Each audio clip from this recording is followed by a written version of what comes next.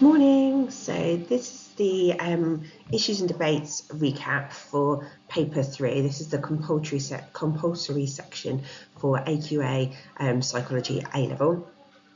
So everyone across the country will be answering all of these questions. So I'm just going to be doing like an overview of the whole sort of topic and all the different areas of issues and debates as we go through this PowerPoint or this summary.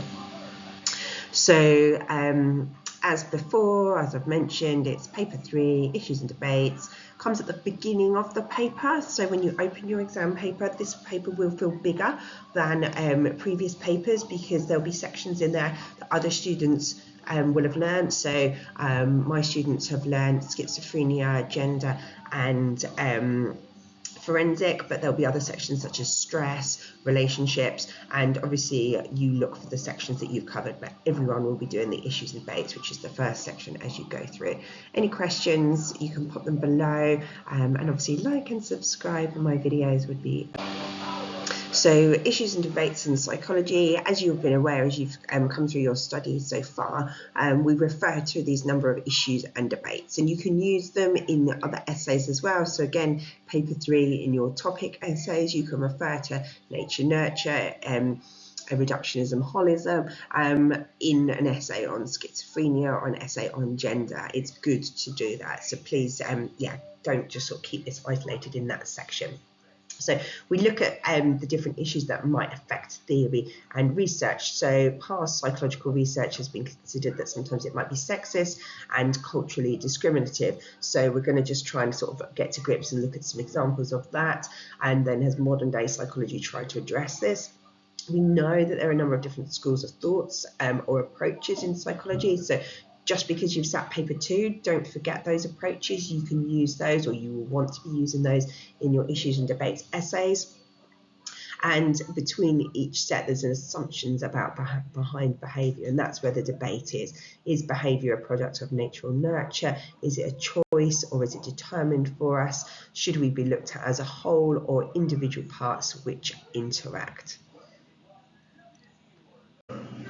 So as I've mentioned, these are the debates that you will be looking at as we go through this PowerPoint, and I'm going to break this into 3 separate PowerPoints. The first one is just going to be looking at gender and culture in psychology, so understanding what those topics mean, universality and bias, so gender bias including androcentrism and alpha and beta bias, cultural bias including ethnocentrism and cultural relativism. Now this is from the specification, so any term that is mentioned on the specification could come up as a multiple choice or a 2 marker or a 4 marker. So make sure you've done your flashcards, that you know these terms as you go through. Okay, so this is quite a large table with a lot of content on, so you might want to just take a photo of this. I'll talk through it a little bit, but it's worth just sort of having a copy and becoming aware of this content. Okay, so these are obviously the debates that you need to be aware of. And these are the topics that you will be looking at, and or obviously the approaches that you will be aware of as you've gone through your study.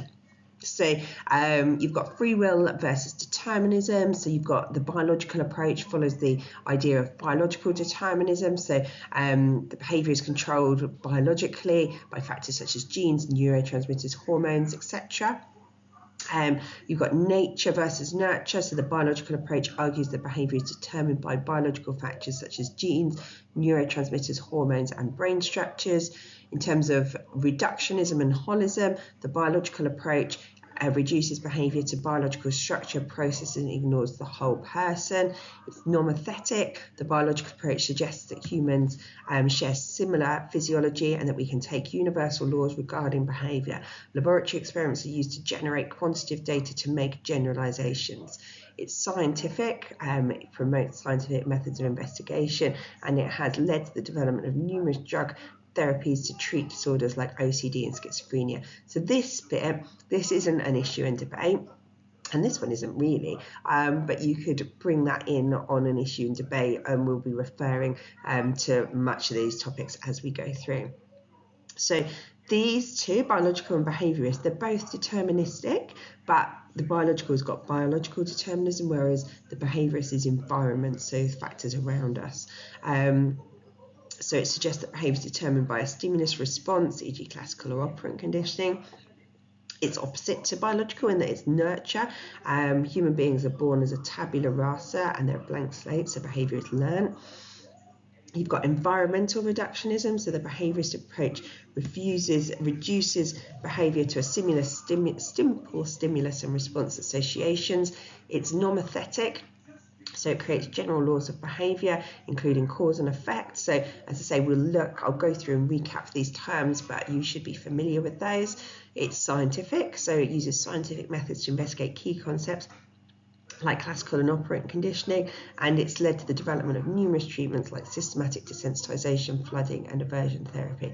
So you should have done something like this when we were going through comparing the approaches, because that could potentially have come up in paper 2, but you can still bring your approaches into issues and debates essays. So it's definitely worth taking a copy of this table and just being aware of it. Okay, so social learning theory is deterministic. It's looking at nurture because it's the fact how we learn through observing others, so operant and classical conditioning. It shares elements of both behaviourist and cognitive, so it's kind of it's got reductionism, but it's less reductionist than, say, the behaviourist or the biological. Still nomothetic, general laws of behaviour through observation, and it uses lab experiments to generate quantitative data to make generalisations. Mostly scientific, but it does consider those mediational processes which researchers are unable to directly observe, and it's able to explain many physiological disorders, including eating disorders, aggression, and has led to positive change. So by knowing about social learning theory, we've helped sort of improve outcomes for people. So the cognitive approach is still deterministic, but it has got soft determinism. So the cognitive approach suggests that behaviour is the result of mediational processes. However, humans can choose what information they attend to. So it's nature and nurture. The cognitive approach suggests that information processing is modified as a result of experience. It's got experimental reductionism.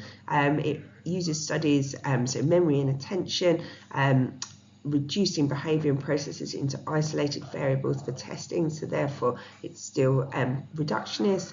Nomothetic because it's having general laws for looking at memory. KF, HM are used as case studies, but then it links back into like your memory experiments, perception, etc. It is scientific, but they are researchers are unable to observe directly cognitive processes. So although it's scientific, sometimes there is a limitation of that. But again, it's had really good applications, the development of numerous treatments, including CBT, and it's helped us understand more about memory and the reliability of eyewitness testimony. I apologise if you hear any Peppa Pig in the background. I've got these on, but I'm not sure it's blocking all the noise out. So psychic determinism, according to the psychodynamic approach, its behaviour is determined by unconscious drives and early childhood experiences. So you can see all of these approaches. If you've got an essay on free will determinism, all of these approaches are deterministic, but in different ways. Now, I will double check, but I think it was reductionism, holism that came up last year. I think it was these two. This hasn't come up. Obviously, prior to last year, it was COVID. So it's definitely worth checking your knowledge on these. Nature, nurture. So the psychodynamic is mainly nature. Behaviour is caused by innate drives. So again, different to the biological approach, but it is internal. But then it does acknowledge early childhood experiences which shape our behaviour. It's reductionist and holistic. So the psychodynamic approach suggests that behaviour is reduced to innate drives, so the id, the ego, superego, but the approach also takes into account all aspects of human behaviour. So it is more holistic than, again, some of these other approaches. And also it's nomothetic and idiographic. It uses nomothetic approaches to create general laws about innate drives, but it also takes into account the unique experience of early childhood experiences. So that makes it idiographic. It also has things like free association. Talking therapies was one of the first ones to introduce talking therapy, so it does acknowledge sort of understanding the individual person. But obviously one of the big criticisms, it's not scientific. Uses many concepts and theories which can be empirically tested or cannot be empirically tested, so therefore an ideographic approach is often taken, and that is a large element of subjective interpretation. The psychodynamic approach has led to the development of treatments such as psychoanalysis, sort of a lot of art therapy, our understanding of things like defense mechanisms, but again, it's not very well backed up by science, so the application of the treatment can be questionable. And then the humanistic approach is the one approach that we're very unscientific. It actively rejects science. It does acknowledge free will and choice. So again, if you've got an essay on this, then you need to use that to contrast to the others. It's mostly nurture. It acknowledges that humans have an innate drive to self-actualize, but the environment and our experiences shape this journey. It's holistic, so the humanistic approach rejects scientific methods of investigation and focuses on understanding all aspects of human experience and interaction. So a big thing is that it's looking at the whole person. And with that comes is this ideographic, because it wants to look at subjective human experience and make no attempt to generalize. Therefore, it says, no, we're not scientific, we can't do all this and be scientific. So it's unable to provide empirical evidence to support its theories, but it has led to the development of client-centered therapy, which is used to treat a range of psychological disorders. So if ever you were offered therapy or counselling, that would be based on client-centered therapy. Okay, so this is looking more in detail at gender and culture in psychology. So again, this is from the specification, I won't go through that now, but gender bias has got two types, or is considered to have two types: alpha bias and beta bias. So alpha bias exaggerates the difference between men and women, or through two groups. This can focus on the value of women, so it could be that women are stronger or more important, but more usually devalues women compared to males. So a prominent example is from Freud's psychosexual stages. He explained boys' development as in through the phallic stage, but girls' identification with the same sex parent is weaker, which therefore would suggest that the superego is weaker, and therefore suggesting that girls are morally inferior to boys. So that would be an example of alpha bias, using that research or theory to actually then presume that one gender is stronger than the other. But then it contrasts. So Shadoro in 1965 stated that girls actually have a better connection with their mothers than sons do to their mothers because of the biological differences. So then that would flip it round the other way. So you could use that as an alternative. So beta bias is a psychological research concept that ignores or underestimates differences. So alpha is overestimating, beta bias is underestimating. So assuming that research applies to both sexes, even if it was carried out on just one sex. So examples include the fight or flight response was mainly researched on male animals and humans, but it was applied to both sexes. So Taylor et al. Found that girls or females tend and befriend. So in a stressful situation, instead of getting ready to fight or flight, women release the hormone oxytocin in stressful situations, and that enables them to work together, which is different. So it was previously generalized, the fight or flight, to both males and females, but actually it's been found that actually women react differently, tending to tend and befriend. So both alpha bias and beta bias are a result of androcentrism. So think of that as like the umbrella term with alpha bias and beta bias below it. So this means psychology has presented a male-dominated version of the world. The American Psychological Association published a list of 100 most influential psychologists, with only 6 of them being females. 6 out of 100 influential psychologists were females. So that is suggesting that psychology is a subject that's been produced by males, for males, and generally about males. Even that's not necessarily their fault, it's just that it's a very male-dominated industry. So female behaviour is likely to be misunderstood, and sometimes an example would be pathologised. So premenstrual syndrome medicalises female hormones and the emotions that come with that, such as anger, whereas male anger is explained as a rational response to external pressures. So a lot of the language that we've sort of grown up with and talk about is from a male perspective. Even something I was looking at the other day, like the working day is based around the male sort of 9 till 5 traditional working day is based around male working, and not sort of the more different cycles or circadian rhythms that a female might work better under. So with each of these debates, we're going to have a little look at evaluation. So this is where sometimes it can be a little bit tricky, because you've learnt the debate, you've learnt the terminology, you've learnt kind of some examples, and then you're like, but I've kind of done evaluation. But evaluation is then discussing some research that supports that debate, the merit of that debate, whether it's still relevant today, and then sort of bringing that forward. So there is some research that you would need to do to get yourself into the top marks for the essays here.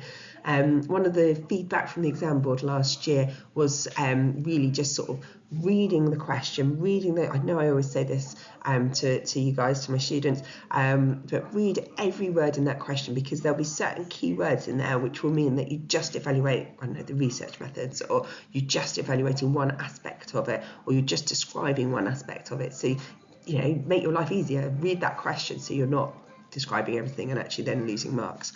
So AO3 for the gender debate is biological versus social explanation. So Maccabee and Jacqueline in 1974 stated there was a difference in visual, spatial and verbal ability between boys and girls. They suggested this was hardwired into the brain before birth. So that was a big thing. That was, you know, when I was at school, that was what we were considered. Girls were very good at languages and boys were better at design technology. But in 2015, Joel et al. Conducted brain scanning, found no difference between brain structure or processing, suggesting that the original research was based on gender stereotypes and expectations of society at the time. By the way, I didn't go to school in 1974, but it's still carried on 20 odd years later. But it's still relevant to study possible gender differences in the brain. Other researchers found that female brains may still be better at multitasking, as they've got stronger connections between the hemispheres than a male's brain. And there are differences, and that's a lot of that's down to sort of hormones that we're exposed to in the womb. But there are differences in the brain structure, but we need to be wary of exaggerating and generalising these differences. So with that, gender bias can then promote sexism in the research process. Although the undergraduate intake of students to study psychology are predominantly female, look at your psychology class, it's going to be mainly female. When you go to university, it's going to be mainly female if you do psychology.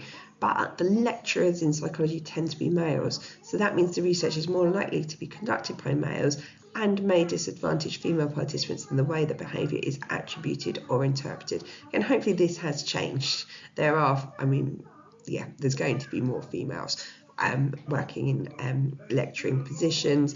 Hopefully, obviously, when we look at our researchers, a lot of them are still male, but there are females coming through now. And hopefully society's adapting to allow females to carry on in the workplace after having family, etc.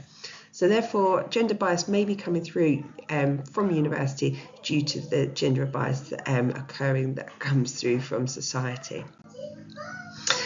Also, gender bias research may not be published. So Formanovich et al. In 2018 reviewed more than 1,000 articles relating to gender bias over 8 years. It was found that research on gender bias is funded less often and by less prestigious journals. It was also suggested that fewer scholars become aware of gender bias compared to other bias in their work, and therefore gender isn't always controlled for. So they might be aware of like ethnic group, race, but less so on gender bias. So it's not something that they necessarily consider. So gender bias in psychological research may not be taken seriously as other forms of bias, and therefore it's not sort of considered and controlled. So then gender bias research may create misleading assumptions about female behaviour. So it fails to challenge the negative, negative stereotypes and validate discriminatory practices. So Tavris states that it's normal to feel abnormal. Therefore, gender bias has a wider effect on the lives and prospects of women. Again, this is quite big.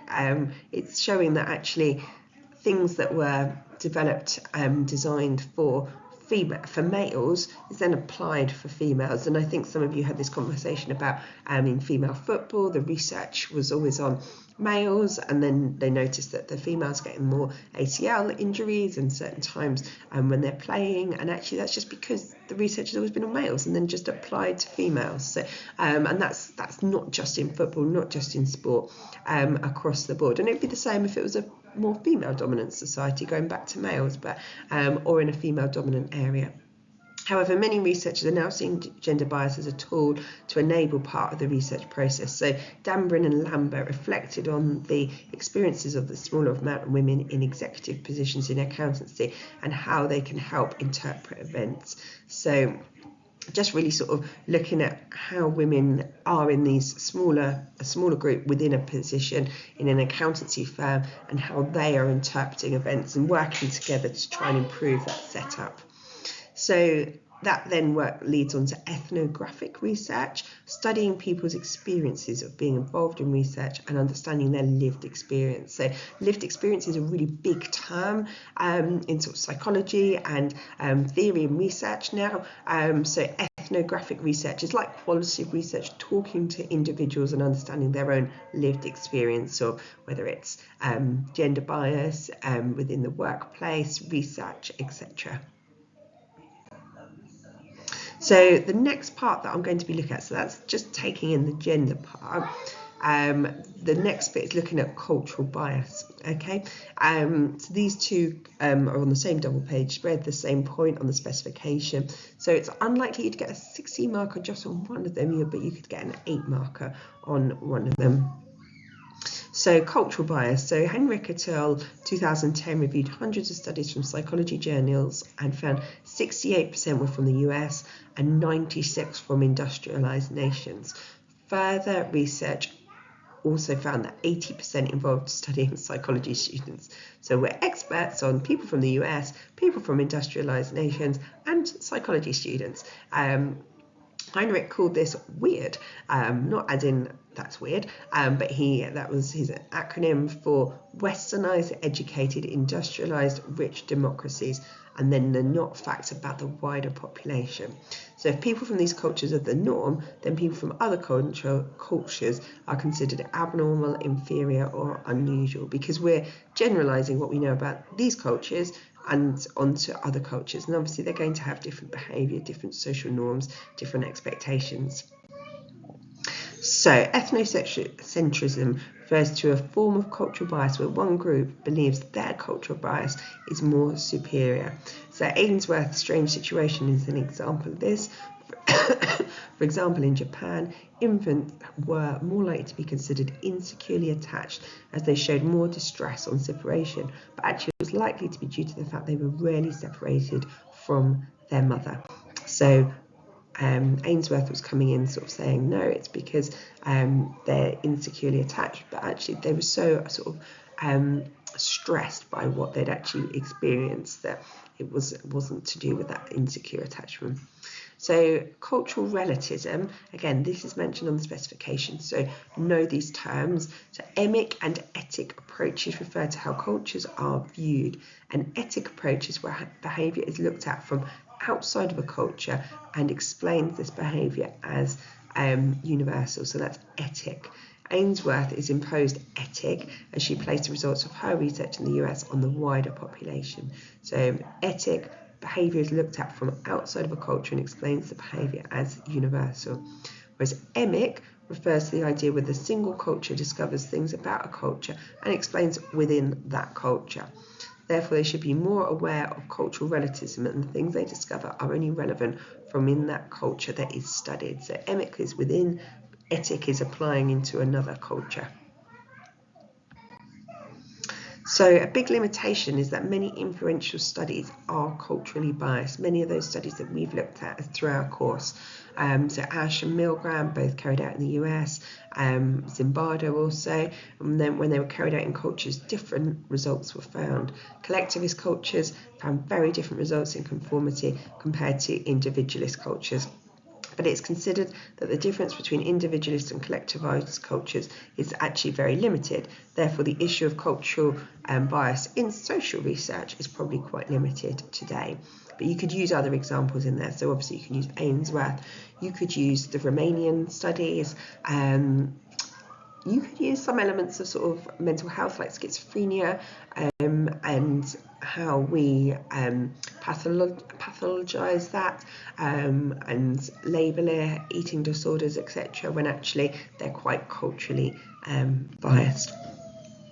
So cultural psychology. So Cohen described this as how people shape and are shaped by their own cultural experience. So this is a growing field, a new field in psychology, and includes research from anthropology, so that's looking at sort of groups and ethnic groups, sociology and political science. This involves taking an emic approach and conducting research from within a culture, but often beside with local researchers and using culturally based techniques. So not using the ethic where we're applying our approach, our ideas into another culture. It's emic, and actually getting into a culture and working with them and their own beliefs.